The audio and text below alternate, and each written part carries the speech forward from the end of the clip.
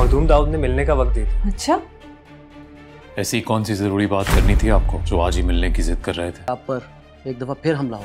वो लड़की आज़ाद घूम रही है। एक बात और कि उस लड़की को छुड़वाने के लिए माहीन इब्राहिम ने अपना एक बंदा भेजा।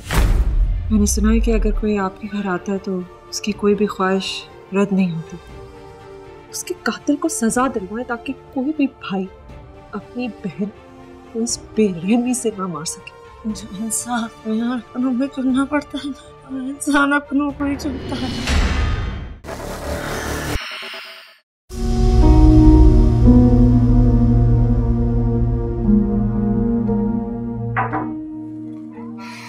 हाँ बोलो साजिद। मैडम, मखदूम दाऊद ने मिलने का वक्त दे दिया। अच्छा, तो बड़ी अच्छी खबर है। कब मिलना है उससे? आज ही। आज?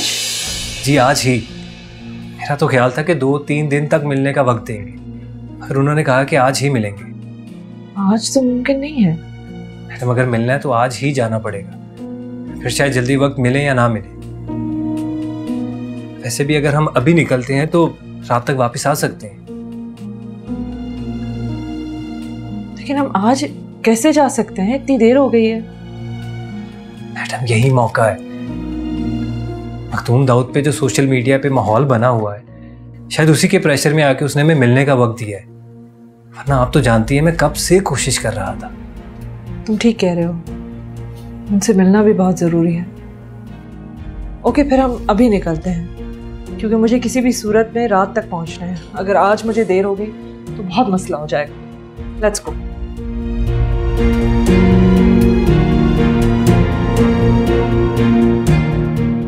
हेलो, बस हमें ये कहना था कि आज की मुलाकात हो नहीं पाएगी, थोड़ी मसरूफियत आ गई है। अरे नहीं नहीं, नाराज़ क्यों होंगे? तुम जैसी खिदमतगुजार दोस्त हो तो भला नाराज़ कौन होगा? बस हम बताएंगे कब मिल सकते हैं। ज़रूर, रखते हैं।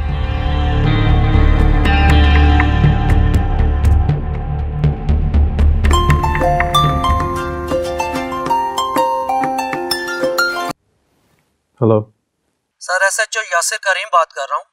आपसे कुछ ज़रूरी बात करनी थी। बता सकते हैं कब और कहाँ हाजिर हो सकता हूँ? बताइए, किस सिलसिले में मिलना चाहते हैं? सर, वो बातें फ़ोन पर नहीं हो सकती। आपको पता है सरकारी फ़ोन का कोई एतबार नहीं होता। ठीक है, आप कल आ जाइए। मैं जानता हूँ आप मसरूफ़ आदमी हैं, बड़े आदमी हैं। अगर थोड़ा सा टाइम निकाल लेते तो आप ही के फ़ायदे की बात है। चलिए, अब आप इतना इसरार कर रहे हैं तो आ जाइए। फार्म हाउस पे ही हैं। मैं सर अभी पहुँचा। ज़रूर।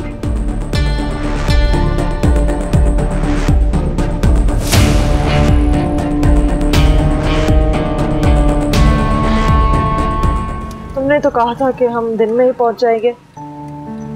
शाम हो गई है, अभी रात होने लगी है और हम तो वहाँ पहुँचे भी नहीं है। पता नहीं कब निकलेंगे फिर हम वहाँ से। अरे नहीं नहीं, बस आधे घंटे का रास्ता रह गया। हम वहाँ से जल्दी वापस निकलने की कोशिश करेंगे। क्या बात है, आप आज कुछ ज्यादा ही परेशान लग रही हैं। मैंने अशर को आज घर बुलाया है तो मुझे ज़रा जल्दी है। अगर मैं घर नहीं पहुँच सकी टाइम पे तो वो नाराज़ हो जाएंगे। कौन यकीन करेगा कि माहीन इब्राहिम अपने शौहर अशर इब्राहिम की नाराज़गी से इतना खौफज़दा रहती है। वो सिर्फ मेरे शौहर ही नहीं, मेरे बेटी के बाप भी तो हैं। मैं शौहर को नाराज़ कर दूं लेकिन अपनी बेटी के बाप को तो नाराज़ नहीं कर सकती। सुनो, हम वहाँ ज़्यादा टाइम नहीं रुकेंगे। मैं कोशिश करूँगी कि मैं किसी भी तरह घर के ज़रान खाने तक पहुँच जाऊँ, क्योंकि मुझे अगर कहीं से भी जाहिदा की मौत का कुछ पता चलेगा तो वहीं से ही पता चलेगा। तो मैं इस दौरान मखदूम दाऊद को बिजी रखना, उनका सही से इंटरव्यू करना। उन्हें कहीं भी ये शक नहीं होना चाहिए कि जो कुछ उनकी बेटी की मौत के बारे में सोशल मीडिया पे चल रहा है उस पर हमें यकीन है। तुम सही सियासी से इंटरव्यू करना उनका, ठीक है? जी ठीक है, आप इस बात की टेंशन ना लें। कितना और टाइम है? बस आधे घंटे का रहेगा, पहुंचने वाले।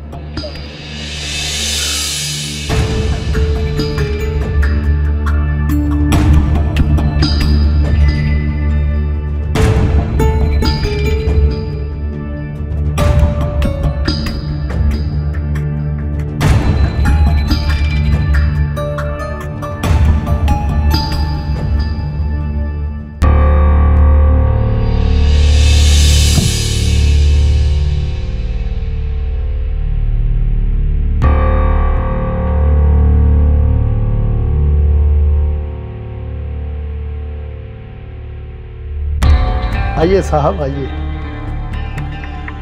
आप तशरीफ रखें। साहब चाय लेंगे या कुछ और? अरे चाचा जो चाहे पिला दें आप। ठीक है साहब, मैं अभी लाया। अब यहाँ हमारी को थोड़ी चल सकती है।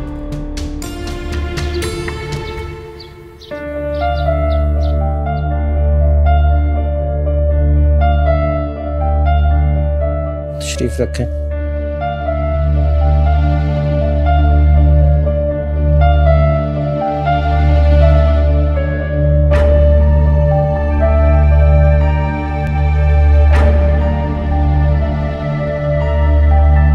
पीर साईं नंगे सर वाली खातून से मुलाकात नहीं करते, इसलिए इस चादर से अपना सर ढांक लें। मैं अपनी चादर सर पे ले लूंगी, शुक्रिया।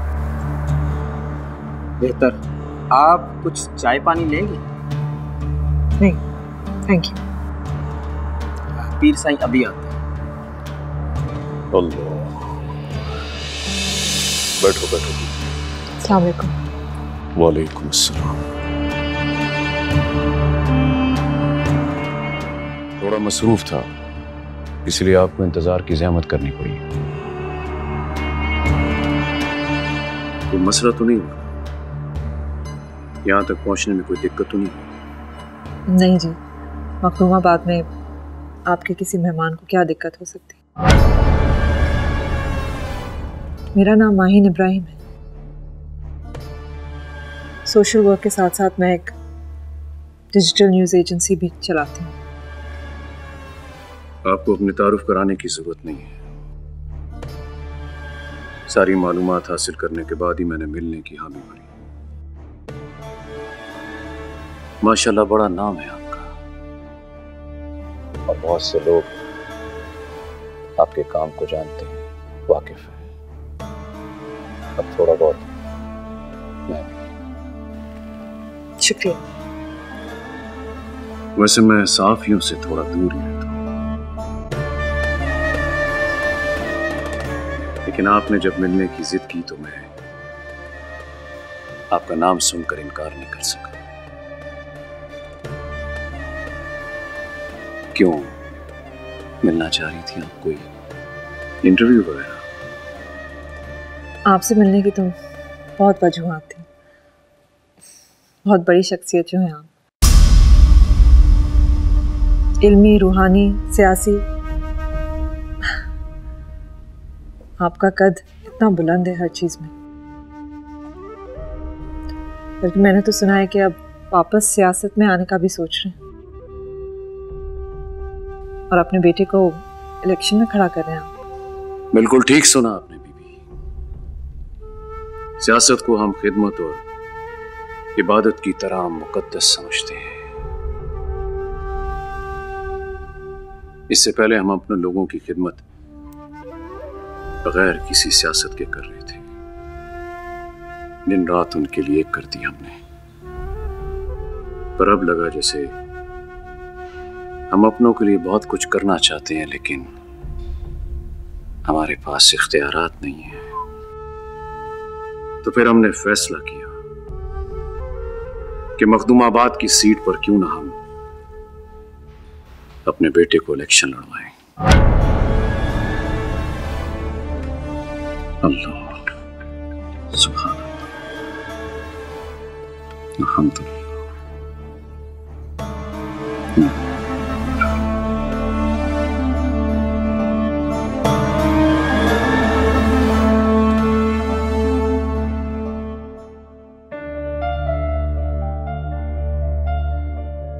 हम अभी अशर साहब को बुला कर लाते हैं। जी शुक्रिया।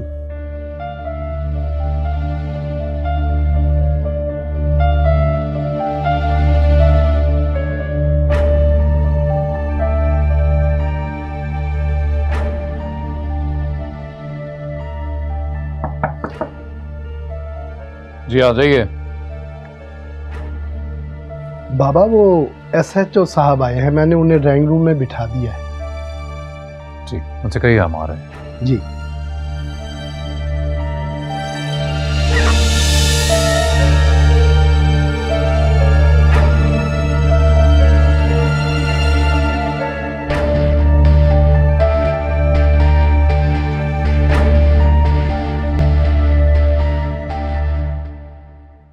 कैसे हैं इंस्पेक्टर? अस्सलाम वालेकुम।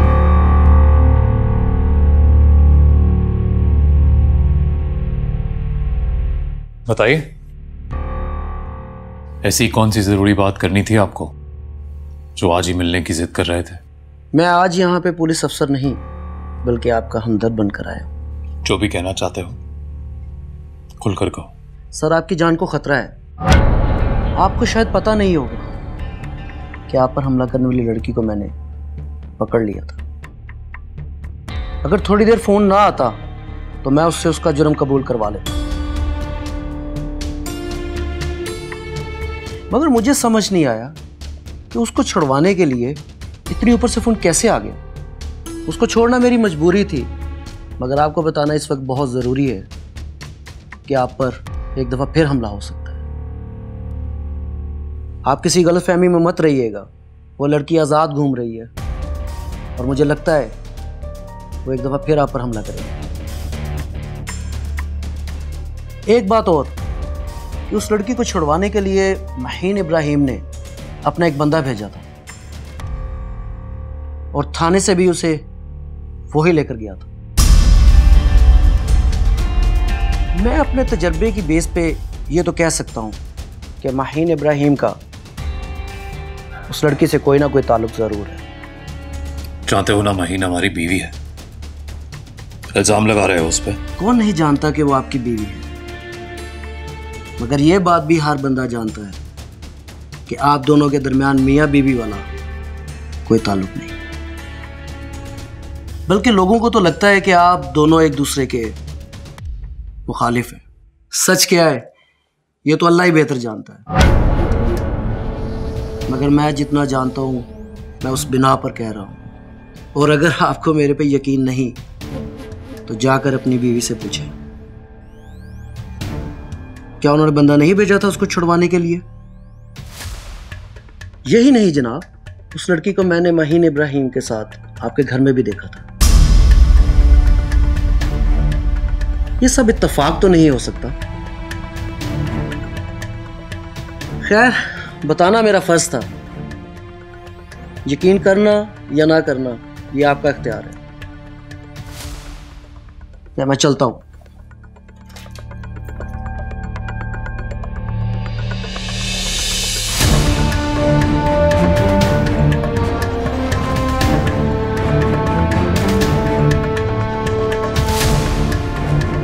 थैंक यू जी, आपने मेरे सब सवालों का जवाब दिया। सच बात तो यह है कि मैं घबरा रही थी आने से पहले कि इतनी बड़ी शख्सियत हैं आप, आपसे मैं कैसे सवाल करूंगी, लेकिन आपने तो मेरी हर बात का बड़ी खूबसूरती से जवाब दिया। मैं बहुत मुतासिर हूँ।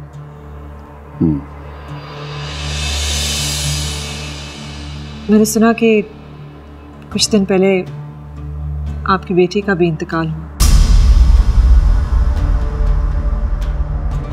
जब पता चला तो बहुत दुख हुआ मुझे। सब मेरे रब की मर्जी है। वो जब चाहे देता है, जब चाहे वापस ले लेता है। उसकी मर्जी के बगैर तो पत्ता भी नहीं हिल सकता। बेशक। कैसे हुआ ये सब? मेरा मतलब है कि उसकी बीमारी कब से थी उसे? बीमारी तो एक बहाना है। वक्त जब आ जाए तो फिर जाना ही पड़ता है। मैंने कहा ना बीबी, उसकी मर्जी के बगैर तो पत्ता भी नहीं हिल सकता। जी, जायदा से मेरी मुलाकात यूनिवर्सिटी में हुई थी। बहुत अच्छी थी वो, और आपसे तो बहुत ही लगाव था उसे। बता रही थी कि आपने उसे यूनिवर्सिटी में पढ़ने की इजाज़त दी तो वो पढ़ रही है। बहुत फख्र था उसे आप। शाम होती जा रही है, मेहमानों ने वापस भी जाना है। खाने का बंदोबस्त हुआ या नहीं? नहीं, इसकी तो कोई ज़रूरत नहीं। जरूरत है बीबी, ये हमारी रवायात के खिलाफ है। हम अपने मेहमानों को खाना खाए बगैर जाने नहीं देते। शुक्रिया। अगर आप इजाज़त दें तो मैं घर की खातीन से एक दफ़ा मिलकर भी अफसोस करना चाहूँगी। यहाँ इतनी दूर आकर उनसे बगैर मिले जाना मुनासिब नहीं।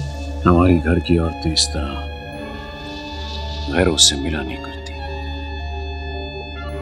बहरहाल बीबी आप आई, आपके आने का बहुत शुक्रिया। मखदूमाबाद में रात जल्द हो जाती है, बाहर मौसम भी कुछ ठीक नहीं है।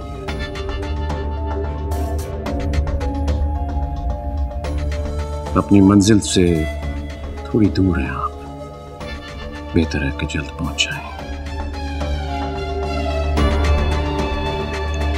मेरी नमाज का वक्त हो रहा है, खाना खाकर चलिएगा। जी पीर साहब, दरअसल मैंने सुना है कि अगर कोई आपके घर आता है तो उसकी कोई भी ख्वाहिश रद्द नहीं होती।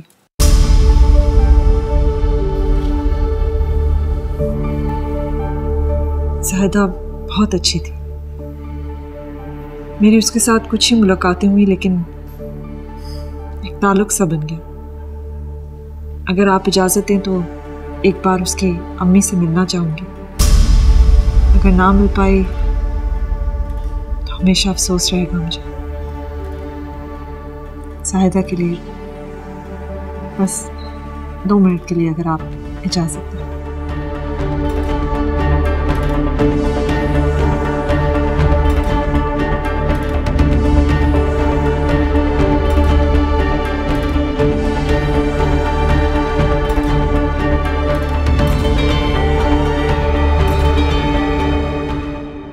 अपने तजर्बे की बेस पे तो मैं ये कह सकता हूँ कि माहीन इब्राहिम का उस लड़की से कोई ना कोई ताल्लुक जरूर है।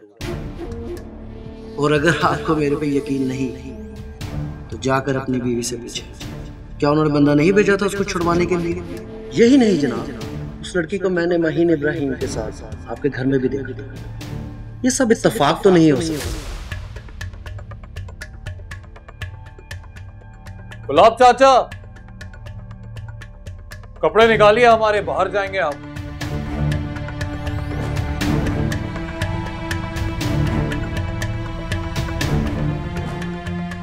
हमारे माइन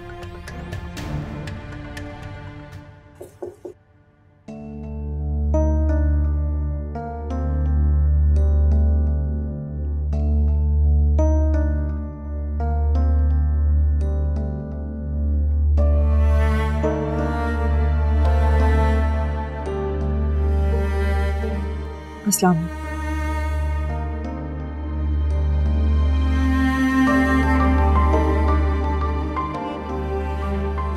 अस्सलाम वालेकुम।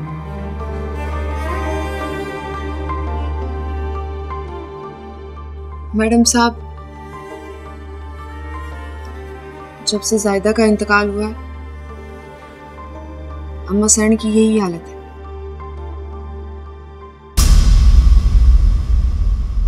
ऐसे ही गुमसुम बैठी रहती हैं, किसी से बातचीत भी नहीं करती।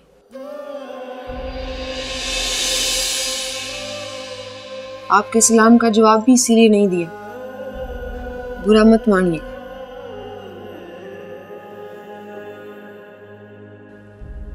मैं बेनज़ीर हूं, ये मेरी चाची भी हैं और सास भी। मैं इनके इकलौते बेटे पीर अनीस की घर वाली हूं।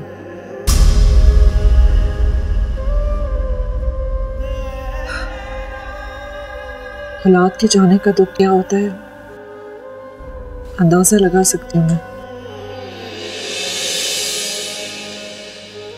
आपको सब्र करने का तो नहीं कहूंगी क्योंकि ऐसे दुख में कोई सब्र तो होगा नहीं। औलाद के साथ साथ औलाद का दुख भी तो अनमोल होता है। तो कुछ अरसे बाद उस उदासी से भी लगाव हो जाता है जो उसकी याद दिलाए। ठीक कह रही हैं आप। इस बात को मुझसे ज्यादा कौन समझ सकता है। अगर आप बुरा ना माने तो मुझे एक गिलास पानी का मिल सकता है प्लीज। मैं भिजवाती हूँ आपके लिए।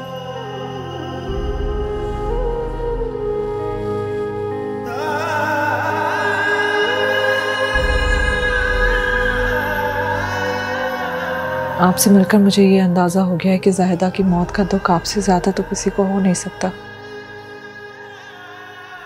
मैं यहाँ आप ही से मिलने आई थी।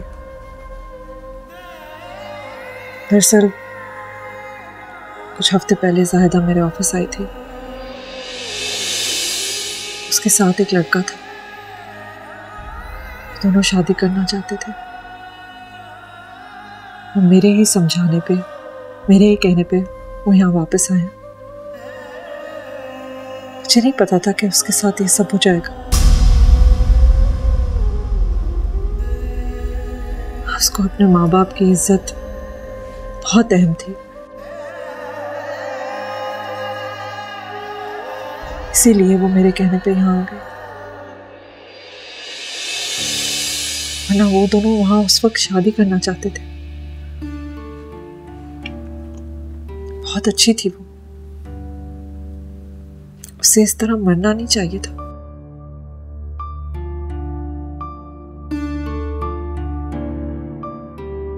क्या आपको नहीं लगता कि आपको अपनी बेटी को इंसाफ दिलवाना चाहिए?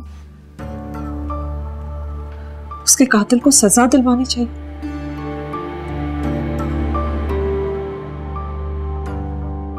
इन आंसुओं से शायद आपके दिल को तो तसल्ली हो जाएगी, लेकिन उसका हक तो नहीं अदा होगा ना। उसका जिस्म तो मिट्टी में मिल गया है, लेकिन उसकी रूह तो ये सवाल करती होगी आपसे कि क्या मैं इतनी बेवकूफ थी कि मेरी मौत के बाद किसी को कोई फर्क ही नहीं पड़ा।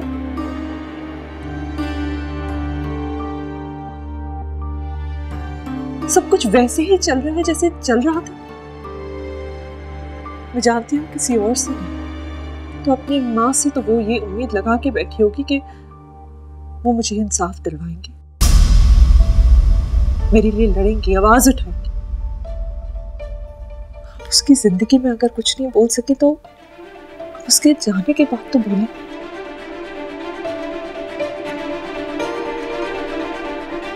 उसके कातिल को सजा दिलवाए ताकि कोई भी भाई अपनी बहन को इस बेरहमी से ना मार सके।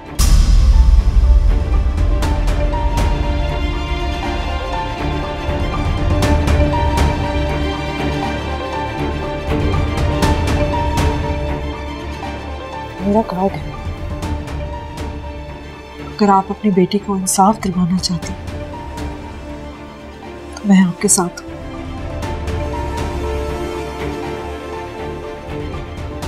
मुझे फोन कर दीजिएगा। एक बेटी मेरी प्यारी ज़ायदा,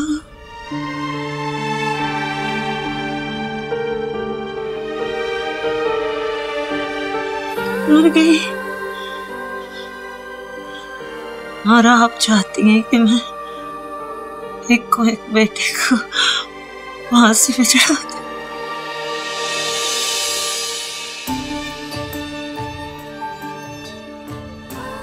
आपकी बेटी मरी नहीं थी, मारी गई थी, कत्ल हुआ है उसका। और मैं ये नहीं कह रही कि आप अपने बेटे को फांसी पे चढ़ाएं, बल्कि अपनी बहन के कत्ल की सजा दिलवाएं उसे। कहना आसान है, करना बहुत मुश्किल है।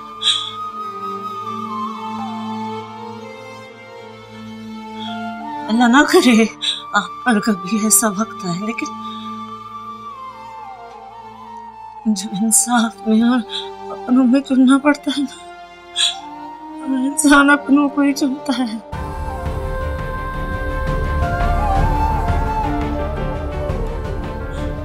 हाँ सारे से मेहरबानी करो तो समझ जाओ, तो समझ जाओ।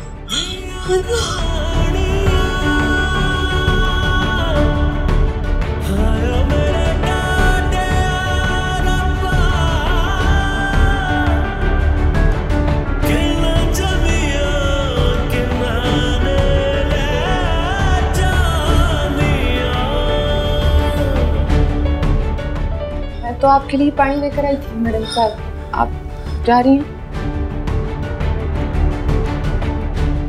अब इसकी जरूरत नहीं है।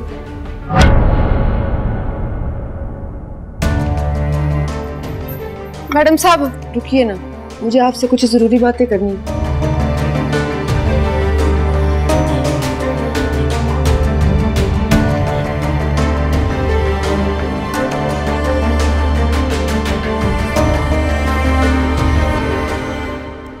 बहार में हर तरफ ताजगी ही होती है, कायनात दुल्हन की तरह खूबसूरत लगती है।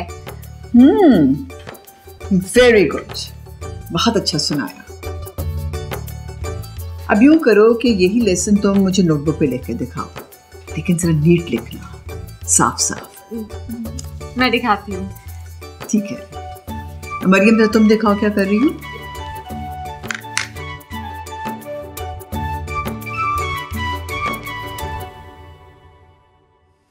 ये क्या सब गलत लिख दिया? क्या हो गया तुम्हें मरियम? लगते पापा आ गए। पापा मैं देख के आई। बहार में हर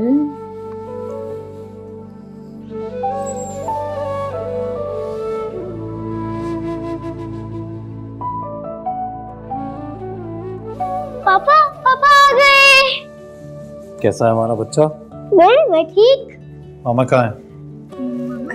अस्सलाम वालेकुम अशर बेटा, कैसे हो? हम ठीक है, आप कैसी हैं? अल्लाह का शुक्र। कहाँ है माहीन, कहाँ है? अब वो तो अभी तक नहीं आई।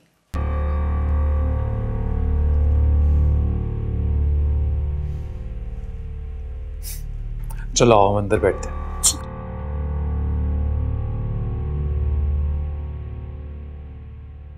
चलो जल्दी चलो, बहुत देर हो गई है, पहुंचते पहुंचते 12 बज जाएंगे। आपने बहुत देर कर दी, बस अब दुआ करें कि बारिश ना हो, वरना हमारा यहाँ से निकलना बहुत मुश्किल होगा। नहीं निकलना तो हमें है ही, मुझे किसी भी हाल में घर वापस पहुंचना है। आप अशर साहब को फोन करके ये कह क्यों नहीं देती कि आपको यहाँ पर देर हो जाएगी? नहीं कर सकती, मैंने उनसे कह के बल्कि मिन्नतें करके उन्हें कहा था कि आज आ जाएं। अब मुझे किसी भी हाल में घर वापस पहुंचना है।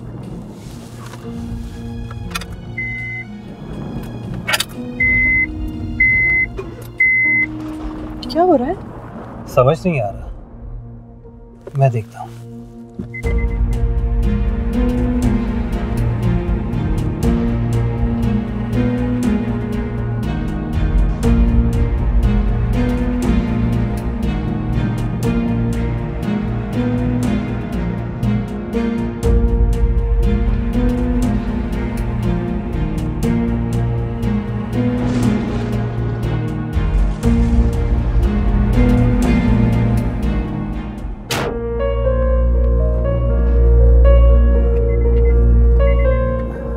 क्या हुआ? समझ नहीं आ रहा, बज़ाहिर तो सब कुछ ठीक है, लेकिन ये क्या करें? किसी मैकेनिक को बुलाना पड़ेगा, हम इस तरह यहाँ नहीं बैठ सकते। आप परेशान ना हो, आप यहाँ पर बैठें, मैं आसपास जाकर देखता हूँ, शायद कोई मैकेनिक मिल जाए।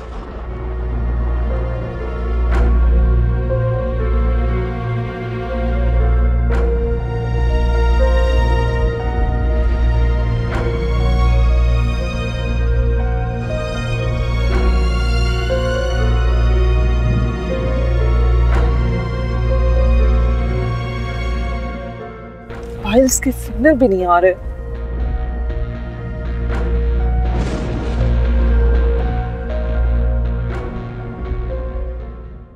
माहीन का फोन ऑफ जा रहा है, पता नहीं कहाँ रह गई है।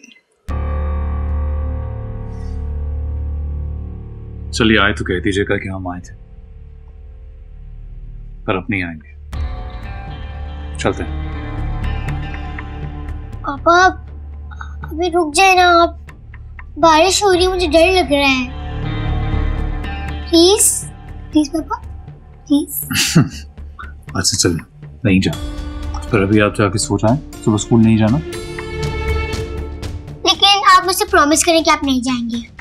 अच्छा बाबा, प्रॉमिस नहीं जाएंगे, सुबह ब्रेकफास्ट भी साथ करेंगे, फिर जाके सो जाएं। चलो गुड नाइट। Good night. चलो आ जाओ मरियम। अच्छा अच्छा बेटा, अगर कुछ चाहिए हो कॉफी वगैरह तो बता दो, मैं भिजवा दूँ। नहीं कुछ नहीं, बस आप मरियम को सुलाओ। मैं सुलाती हूँ। चलो आ जाओ, शाबाश।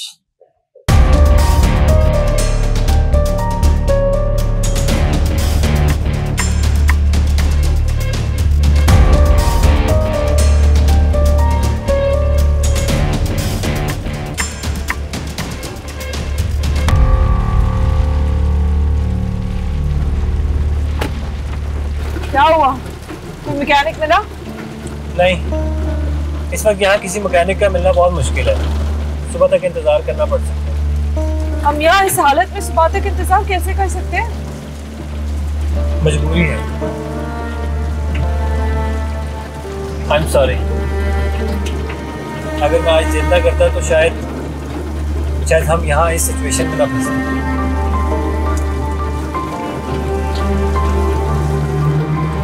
आप मेरी माने, हमें इस वक्त यहाँ पर किसी जगह पर जाके पनाह ले लेनी चाहिए। हमें पनाह की नहीं, एक मैकेनिक की जरूरत है जो ये गाड़ी ठीक कर ले। इस वक्त अगर मैकेनिक मिल भी गया तो इस मौसम में हम वापस नहीं जा सकते।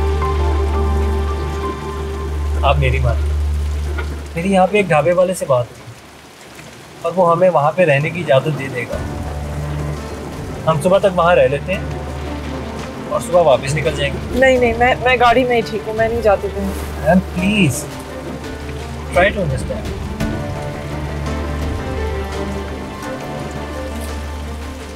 वो कहते हैं ना, अगर सिचुएशन को अवॉइड ना किया जा सके तो उसे एंजॉय करना चाहिए।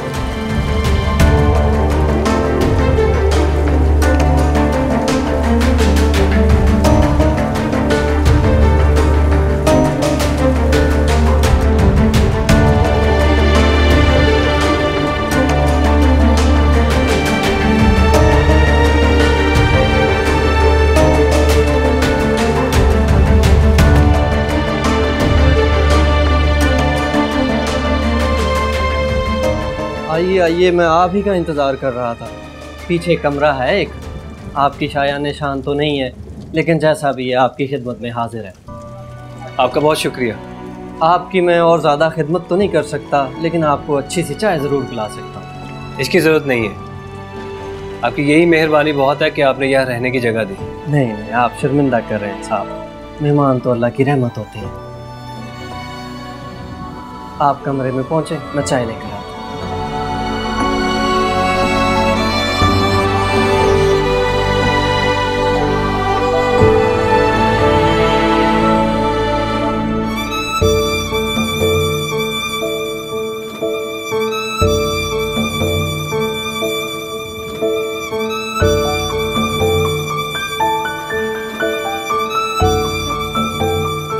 जब भी बारिश में नहाती थी तो हर बार मेरे को आके रोकती थी। आज भी मैं नहाऊंगी, देखती हूँ तू आज मुझे रोकती है या नहीं। अम्मा देख, अगर तुझे मेरी जरा सी भी परवाह है तो आज भी मुझे रोकने जरूर आना, वरना मैं सारी रात बारिश में नहाऊंगी, चाहे फिर मरी क्यों ना जाऊं।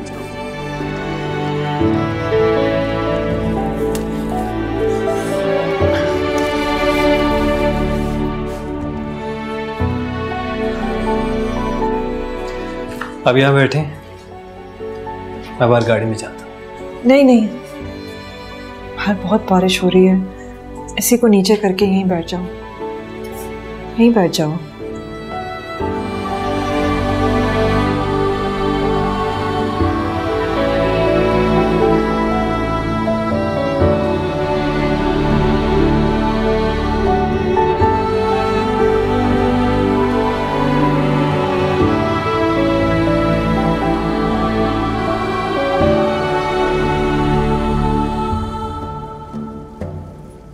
सिग्नल्स आ गए हैं।